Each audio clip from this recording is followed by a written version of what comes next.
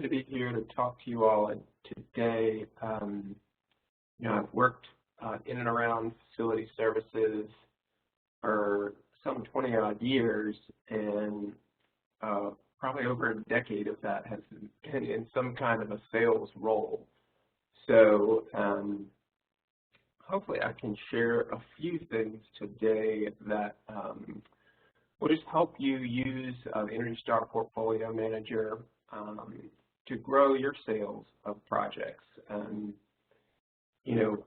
I work today as a consultant in the Energy Star program. I have my own facility services consulting business. And through decades of experience, hopefully you will gain one or two nuggets here today. And the start is really going to be just to lay a foundation. I mean, many of you are probably familiar with Energy Star and Portfolio Manager, but I am going to start with a high-level overview in case any of you aren't, and we'll kind of maybe take a different angle on it than you've heard in the past. I'm going to talk to just Portfolio Manager, how to align it with sales, both goals and processes, and then help you kind of understand where you're at versus maybe where you need to be as an expert with Portfolio Manager to sell effectively. And then I'm going to wrap up with some real practical kind of nuts and bolts tips that I've learned over the years that may help you as you engage your customers with Portfolio Manager. So starting out, and there is a poll, but as you join, please go ahead and answer that poll. We'll share the results here soon enough. But just starting out, the base of the Energy Star program, where it all began, is the development of a 1 to 100 score. It really is a great, simple way to communicate the energy efficiency of a commercial building. There's certainly some different data that goes into developing that score, but ultimately the output is a very straightforward metric. And if you get a 75 or above, a building is eligible to be Energy Star certified and get some recognition, including a label and the option of a plaque to go along with it. There are lots of property types that can get the Energy Star score. You see those listed here. Certainly, all of these building types, there are thousands of them in Portfolio Manager that have received a score. Some of them don't get a certification, but for the most part, they all are also eligible for certification.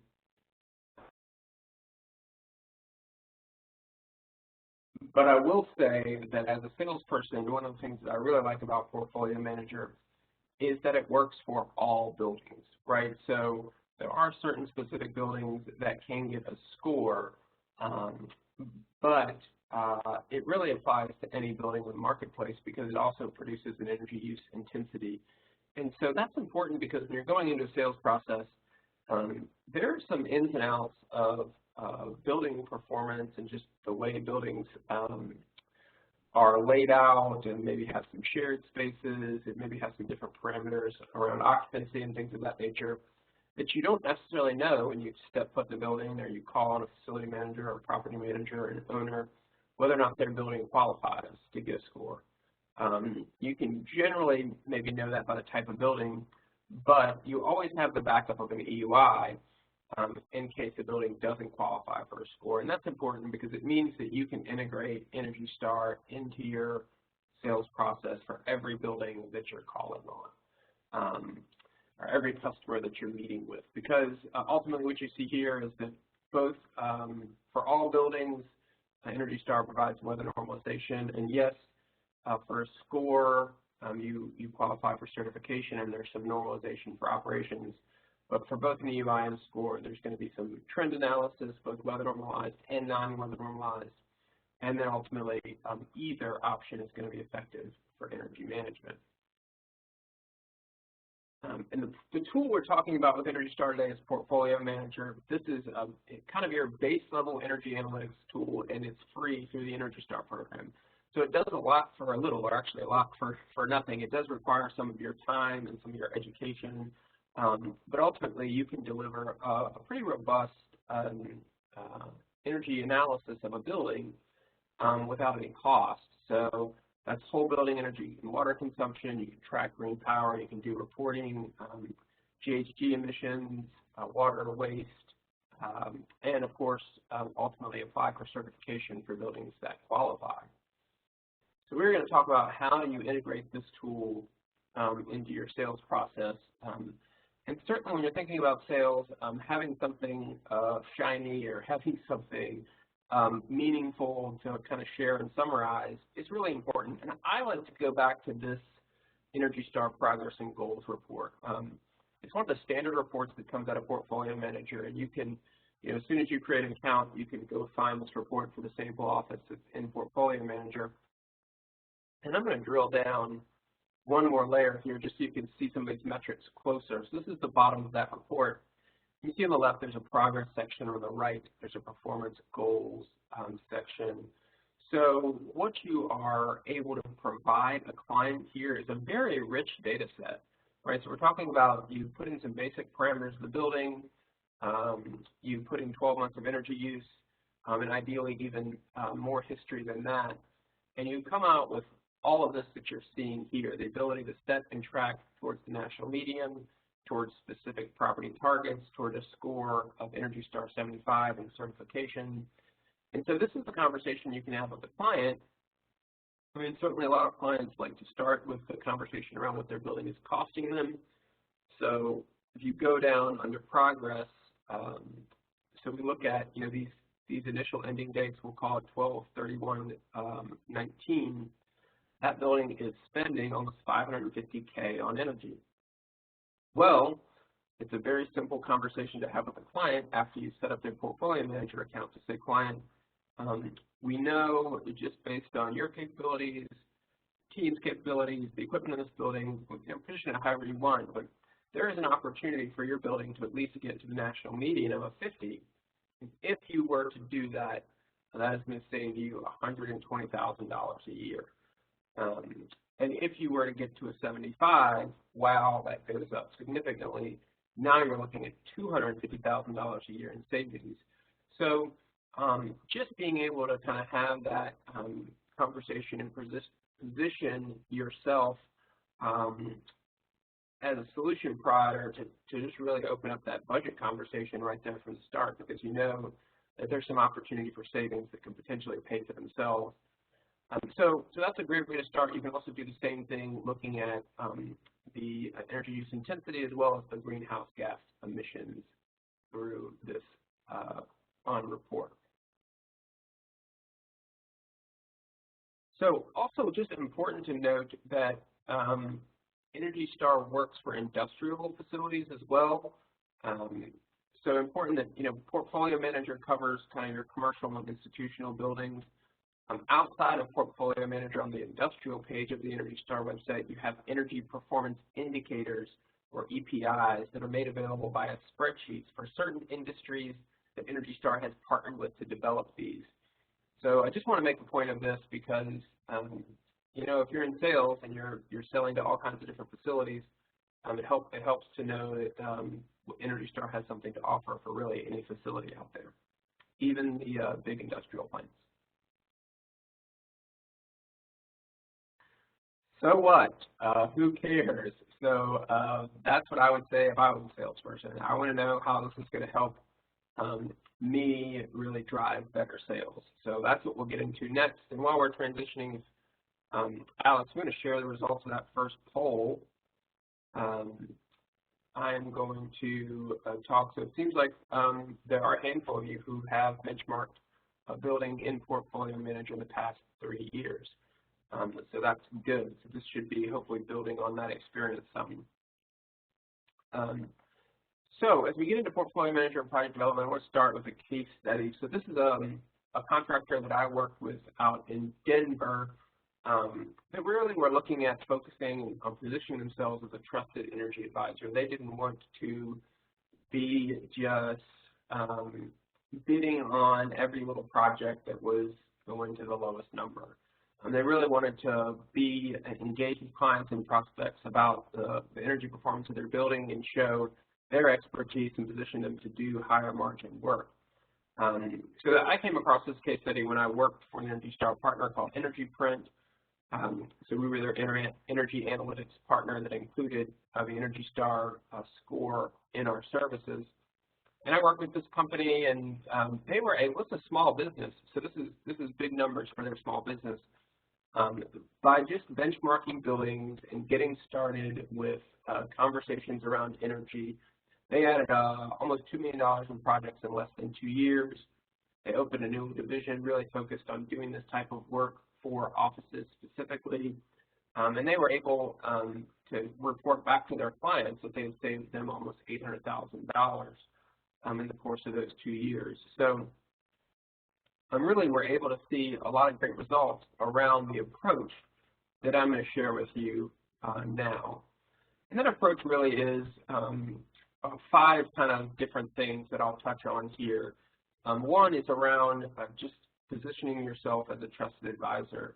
To me, the thing that always builds trust faster than anything is action, right? So anyone can talk a big game, but if you are able to show your clients firsthand that you are going to deliver, that you are going to be consistent, that you are going to communicate well, that you're going to follow through, it goes a long way to build trust. And a great way to do all those things is to just find a small project that you can work on with a client before they even pay you anything, right? So that's what benchmarking can be for you. It can be a great just way to get started with a client, just to, hey, here's something that we can do together that I think would help us get to know each other. It'll help us get to know your building and give us some idea of whether or not we can really help you. It also is going to demonstrate that energy is an important thing, that you care about your client's cost. And, you know, you will be able to differentiate yourself because correctly benchmarking a building provides a level of expertise that your client probably isn't used to hearing from some of your competitors. So as you go through this whole process, it's really an opportunity to build trust and provide advice with your clients and position yourself as this trusted advisor. And in that process, a great benefit of it is you are going to be able to facilitate goal setting. So, I mean, just to have a goal setting tool baked into your sales process, it's really powerful, right? Everyone wants to kind of achieve those mountaintop moments with their clients, but you can't get there unless you, set the goal and get to that mountaintop. And so as you're kind of getting to know this client, as you're doing this initial project with them, you can start to talk to them about how they want to use this new benchmark that you set up with them to set goals, whether it's to be at a 50, which is the national average, or 75 to track eligibility for certification. You can even look at it 5% change, say you just want to get 10% better or 5% better. But really, this is going to help you tether or tie yourself to your client and their goals. And how many of you have experienced, the clients that talks about doing projects, talks about doing initiatives, but just really never gets around to it? A great way to solve that challenge in some circumstances is goal setting, because goal setting in many cases is what leads to better motivation, more focused effort. And ultimately, you're going to discover more opportunities. I'll tell you that benchmarking is a key approach to a salesperson that really knows how to move the conversation to the whole building.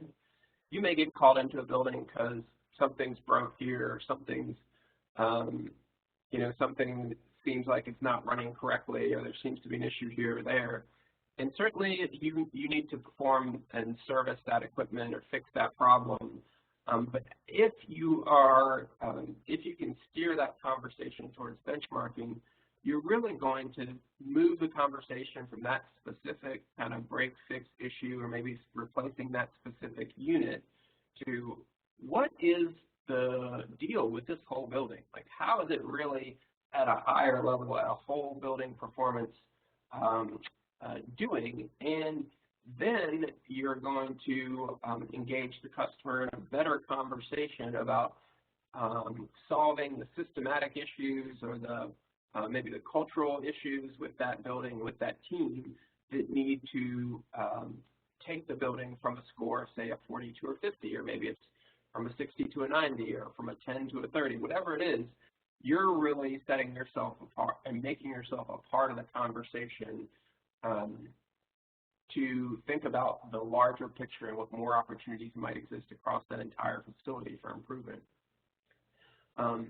More opportunities also come from just, again, establishing that trusted advisor role. How many of you have experienced, just over the course of getting to know a client or a new prospect that, 3 months, 6 months into the relationship, they're telling you something that you thought they should have told you on day one, but they just didn't really trust you. So anything that you're able to do to kind of build that trust faster, and like I mentioned earlier, getting a benchmarking project done off the jump is going to kind of help with building that trust. It's going to open up, it's going to cause them to be more transparent, and additional opportunities and issues with that building are going to come to light.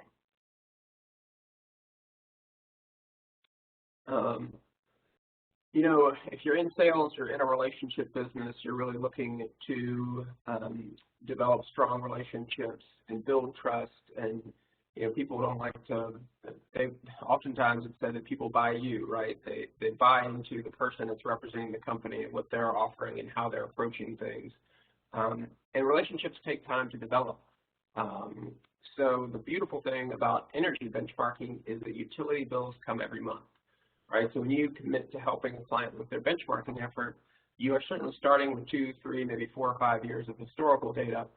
But then you have the opportunity to help them keep that data current, keep it up to date, establish a regular rhythm of discussing changes in that score with them. And if you've helped them set goals and determine plans, you can revisit those with them.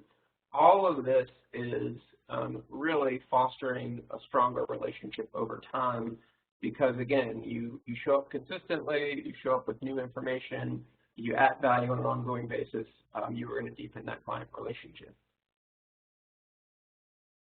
And then ultimately, what you're looking for and what you're building to is a winning or negotiated work, right? A great way to win negotiated work is to provide value up front. Build more trust, hold your price, hold your value. Owners will bid out work to contractors, but not to partners. And you can really use a portfolio manager in the benchmarking process to establish a relationship and establish you as the partner that really wants to help the client improve their building and achieve their goals over time. So let's just hypothetically say this is exciting to you, right? So you like what you're hearing, you think there's an opportunity to maybe do more with portfolio manager in your sales process. Well, no one likes someone in sales who isn't genuine, right? So if you're going to use this tool, be an expert. So, and there are great resources within Energy Star to do that. And hey, I know no one likes to come to a training and hear, hey, you need to take these other 5 trainings. But I do think that, if you make the decision to become an expert in portfolio manager, there really are some good opportunities to do that through the Energy Star training pages. There's an overview. We've got 101, 201, 301, applying for Energy Star certification. And Energy Star makes it really easy to get through these. I mean, they have self-guided versions, they have recorded versions, they have live versions. So pick and choose what works best for you. But I would encourage you to increase the depth of your knowledge because, again, this is really where you set yourself apart, is not just in benchmarking a building, but getting it right and explaining to a client how you got it right, what you did to make sure that they got a quality result and high value from their interaction with you. Another great best practice in becoming an expert is to benchmark your own office. Now, that might mean different things to different people. Maybe you're in a branch office, maybe that you don't own, maybe you're in a leased space. I mean this pretty broadly. I would just say, find an office that's easy for you to benchmark, that you somehow have access to. It might even be just a client that you're really close to already. And this can just help you learn to navigate Portfolio Manager, understand the process of getting utility data. I mean, ideally, you get multiple years of utility data to start the benchmarking process. And then you're also going to figure out how to get data from utilities. Ideally, You get the data directly from the utility, both the historical and then ongoing monthly updates. But utility processes can be challenging at times, and different utilities have different accounts. If you have multiple utilities serving the building, then working through all that is important on your own before you try and do it for a customer. And ideally, you're going to generate some stories. You know, people love to hear stories. They love to hear you tell about a service, not just pitch it. So ideally, you generate some stories and have some reports that come out of that you can also share as well as examples. And then the kind of progressive iteration of all this is to start building some customer buildings, start benchmarking some customer buildings. I would leverage relationships that you already have to help with the learning curve. And maybe you're in sales and you're at a new company and you don't have any relationships. Maybe go to somebody on the account team or somebody else on the sales team that has some existing relationships where you can start.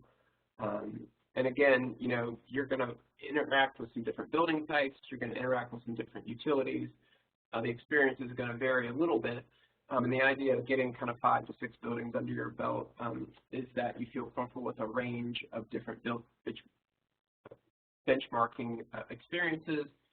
And ideally, you have some formal or even informal case studies. I mean, I love the informal case study. You just, you know, put together a couple of different bullets for an email, a follow-up email or something that explains some of your experience and some of the results. And that can be a great way to share benchmarking with a prospective customer.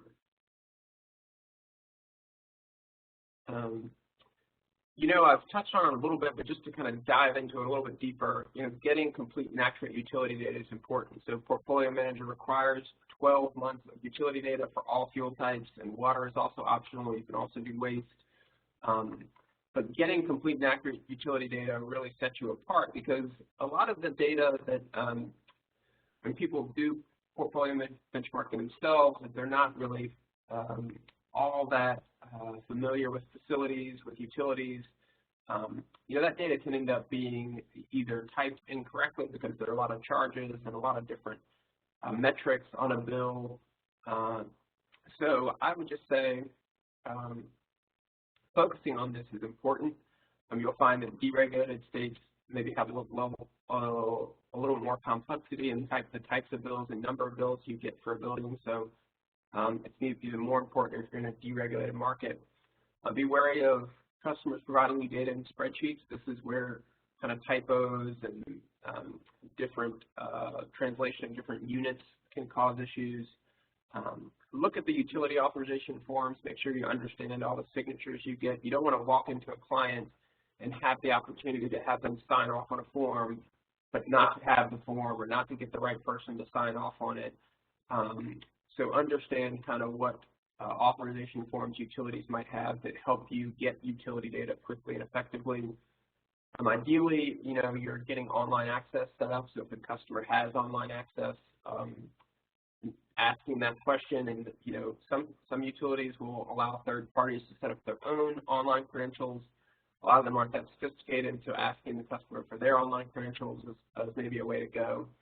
And then knowing which utilities automatically import data to Portfolio Manager. There are a number of utilities across the country that will actually import the data through to Portfolio Manager directly, and you can set that up in the tool. So knowing how to do that and being aware of it is important.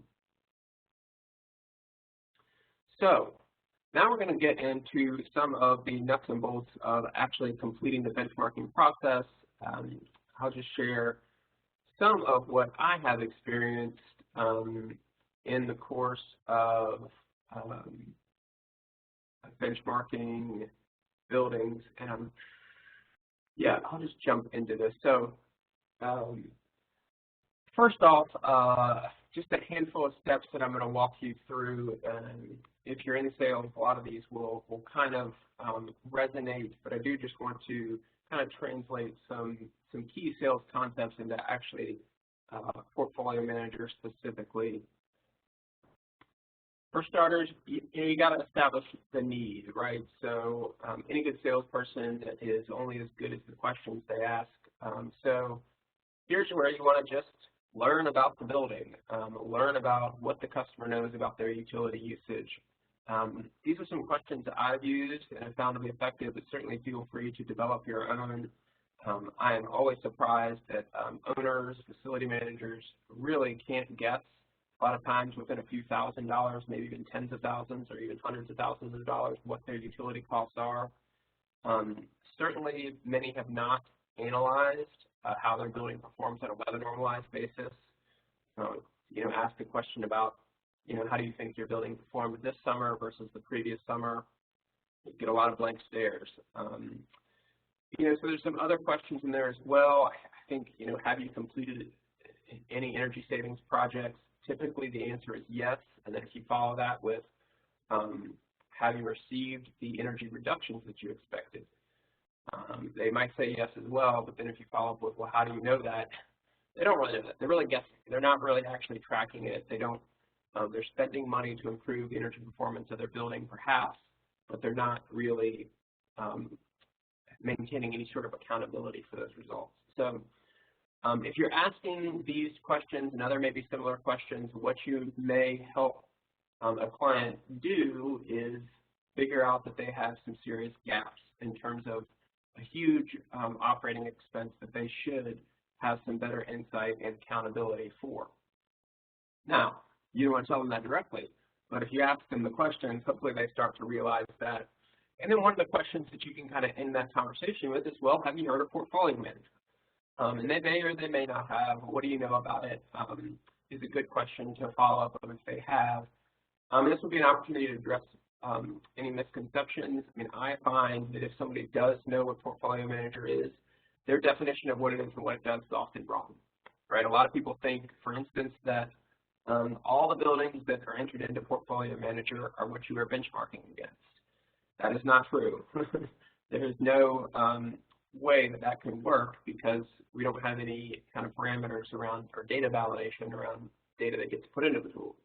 What actually happens is there's a national survey or multiple different surveys that are used to establish the benchmark and compare buildings against. And that's a whole detailed process that's documented on the website that I won't get into right now, but that's just an example of a misconception that you can address. Then you want to get into, describing the tool. So give them an accurate picture of what it is and maybe how you've used it to help clients. And then my best just option for educating a client is really showing versus telling. So if you have some sample copies of reports, you could do that. You could actually log into Portfolio Manager. But probably the number one thing I would say is just, hey, can we get started benchmarking your building? I'd love to show you how this tool works.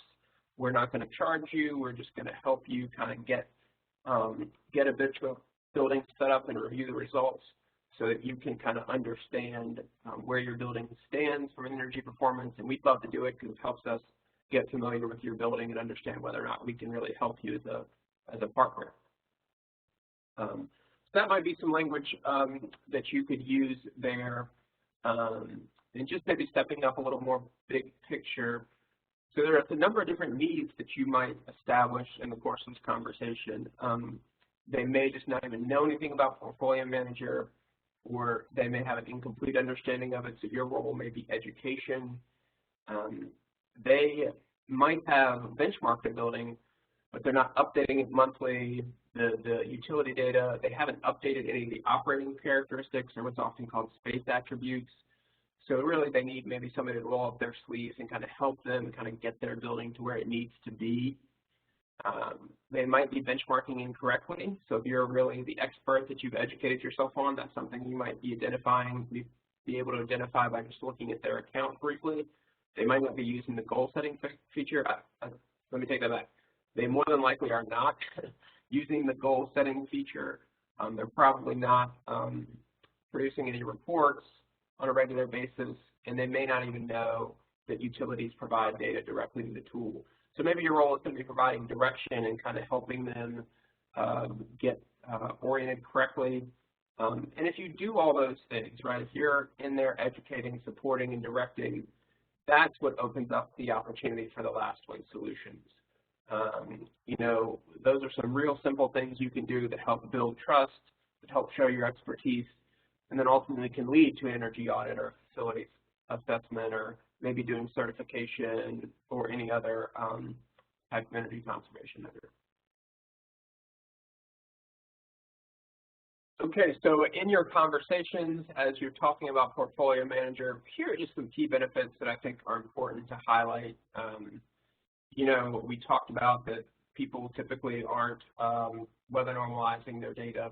They typically don't have any peers to compare against as well, and they're not looking at closely at historical trends.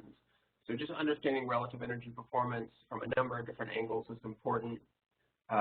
You know, energy is an indicator of an overall building performance, right? So energy efficiency is important, but just really system efficiency and reliability is important as well, right? So there's that angle. If a client really isn't buying into the whole energy efficiency message, which would be unfortunate, I would go bigger picture and just say, well, how do you know that your building is even a high-performing system, right? A waste of energy is an indication of a low-performing system. Certainly then the qualification for Energy Star certification is very unique and very beneficial. Tracking improvement from energy efficiency measures, again, there's typically not a lot of accountability around money and capital dollars that are put into changes. And then the brand, the Energy Star brand, whether it's engaging, you know, the customer that you're trying to sell to, or engaging the staff on that building, the Energy Star brand and benchmarking the building with the Energy Star portfolio manager is a great way to kind of engage people, because they do recognize that it's a trusted source of information. One just kind of pitfall to avoid, let's just say you've gotten a client excited about Energy Star portfolio manager. You did your kind of needs analysis. They realize that there's some gaps in what they should know and understand about their building. You talked to them a little bit about portfolio manager. You said, hey, why don't we get started on your building? They said, man, that's a great idea. I'd love to do that. Before you go forward, get their buy-in on the work that's going to be required for them, because you can't set up their building without them, and you don't want to walk out of that meeting or that phone call or that Zoom leading them to believe that you're going to come back in 2 weeks, 1 week, and provide them an energy benchmark without any effort from them, right? So get their buy-in, make sure they understand, hey, great that we're going to get started on your benchmarking. There are some things that I'm going to need from you. Let me go through them, and let's talk about when you feel like you'll have time to do this, and we'll set up a follow-up to deliver your benchmark maybe 2 weeks after we've gotten everything from you, or a week after we've gotten everything from you. Because you do need the client's help to get the property use details and energy consumption, and you also want to make sure that they're going to be available to review the reports that you develop, right? You don't want to spend a lot of time developing this benchmark and then you can't find them when you've got the results. And that can be avoided by just setting the right expectations. And then, you know, I would just say, you know, you and your team are going to invest some time in this. More than likely, you're not going to charge for it. I would recommend for a prospect that you don't.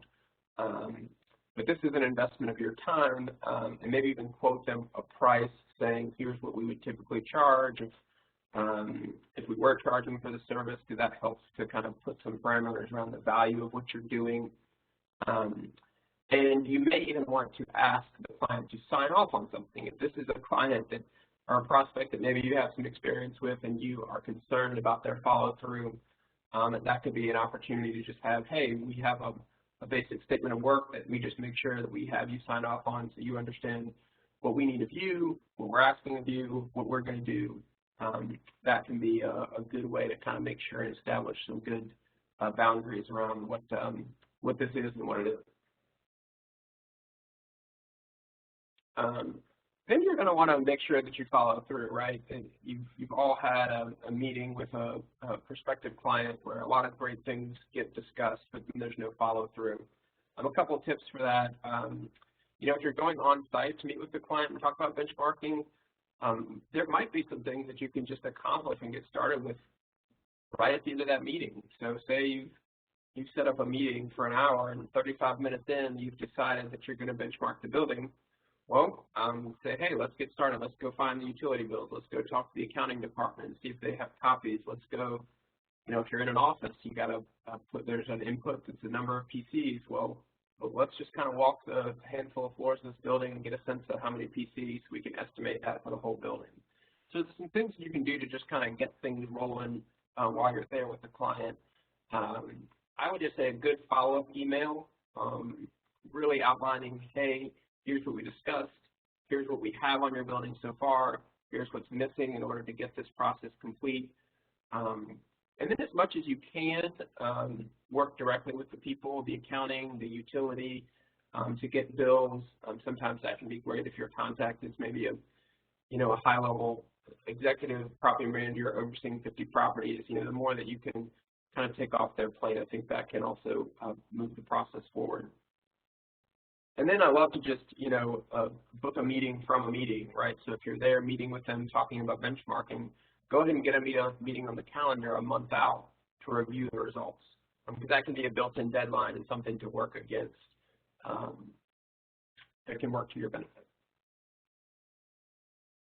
And so these are the results that you're going to review. We went through these earlier, but I just wanted to bring them back up because I think this can be a really rich conversation to have with a prospect. You've sat down with them, you've established that they need to better understand their building's energy performance, and then you have this to review with them on their next meeting. So that's kind of just the sales process I wanted to walk you all through. Got a couple more minutes here, and I'm going to go through some common objectives. And while I'm doing that, Alex, if you want to launch the next poll question,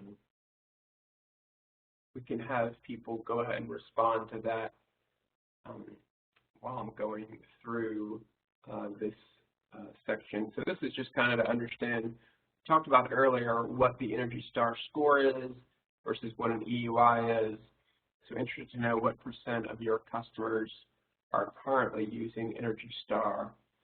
Always interested in just kind of understanding what level of experience your business has with our tools. So a handful of common objectives. So you get to meet with this client and you are thinking that your big sales pitch is going to be getting them to benchmark with Portfolio Manager as a way to kind of establish your initial relationship with them. And they say, well, we're already using Portfolio Manager. That's actually good news, and let me tell you why. This is ultimately what you want is you want them to have good energy analytics information that you can work with them on. So I think it's just the conversation then becomes digging into how did they get that benchmark, themselves or with someone else? Are they able to get a score or an EUI? Again, this is where you're showing that you know your expertise and you know that tool well. Are they goal setting? Is their current score up to date? So there's some questions here that can also help uncover whether or not they're really using the tool effectively. Just because they have a Portfolio Manager account doesn't mean they're using it effectively. So your goal is really to learn more about the client, what they're doing for energy benchmarking, and how you can best partner with them. And if you do that, you can still be a good partner with them, even if they already have a Portfolio Manager account set up. You just want to understand where they're at with it and come along and help them make sure they're using that information, make sure they're willing to provide you access to that information so that you can, again, help kind of them with goal setting and achieving those goals.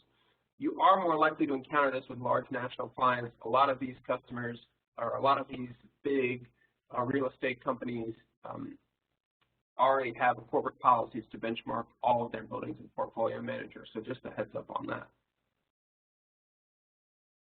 We recently completed an audit or assessment. So this can be a way that they want to shut down your conversation about energy efficiency and energy benchmarking. We've got this, we did this, we paid somebody to do this. Well, again, I would dig more into that and try to understand what they mean by that. Was it completed recently?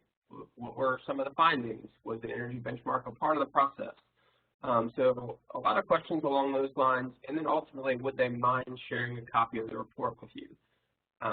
You know, these types of reports are done often, and a lot of times they sit on a shelf and nobody does anything with them, right? Because the person who did the report wasn't really good at follow through, wasn't really good at kind of doing the types of things we're talking about today in terms of, you know, benchmarking and establishing an ongoing kind of relationship of consulting and becoming a trusted advisor. So you can actually build upon that work in some scenarios. You might also find that they have a software product or an energy analytics tool that already does their benchmarking. That can happen because Energy Star does partner with a lot of software companies / data analytics companies to exchange data with Portfolio Manager. Typically, it's used by companies with larger portfolios of buildings. But again, back to what we've talked to before, this is not a bad thing, right? Just ask questions to understand how they're using that data, how they're getting it. You know, you may want to specifically review their Portfolio Manager account for accurate property details, because a lot of times when benchmarking is done for these large portfolios of buildings, those property details might be estimated, or they're certainly not updated on an ongoing basis the way they possibly should be. So again, figuring out kind of what the situation is with benchmarking, using your expertise to fill in those gaps and partner with that company is really the goal. I already know my building is performing at peak energy efficiency. So you will hear this a lot of times with newer buildings. So I think one place to start is if they haven't benchmarked their building in Energy Star yet, would they like to get it certified? Because you know, if they have a newer fancy building, maybe they like to get those recognition things for it. So Energy Star certification could be a great point of engagement for them. Do they plan on applying for any other green designation? So there are a number of different green initiatives out there that use Energy Star as the energy portion of their kind of more larger sustainability tracking or designation. So this is just a great way to meet the client at their point of interest. I wouldn't try to argue with a client, right, because you and I both know, if you've been around buildings, sometimes these new fancy buildings, the people who think they're performing great actually aren't. So trying to argue with somebody about that can sometimes be a conversation that doesn't go very far and gets shut down pretty quickly. So I would just meet these clients at their point of interest, right? If they think they have a great building, okay, well, hey, let us help you with your great building. Let us help you get it certified. Let us help you do these other sustainable or green designations. And maybe in the process of doing that, they find out that they actually don't qualify for certification, or that their building has some work before they can hit the green designation if they'd like. And if you handle that conversation well, you'll be a great partner for them to help take them to that next level.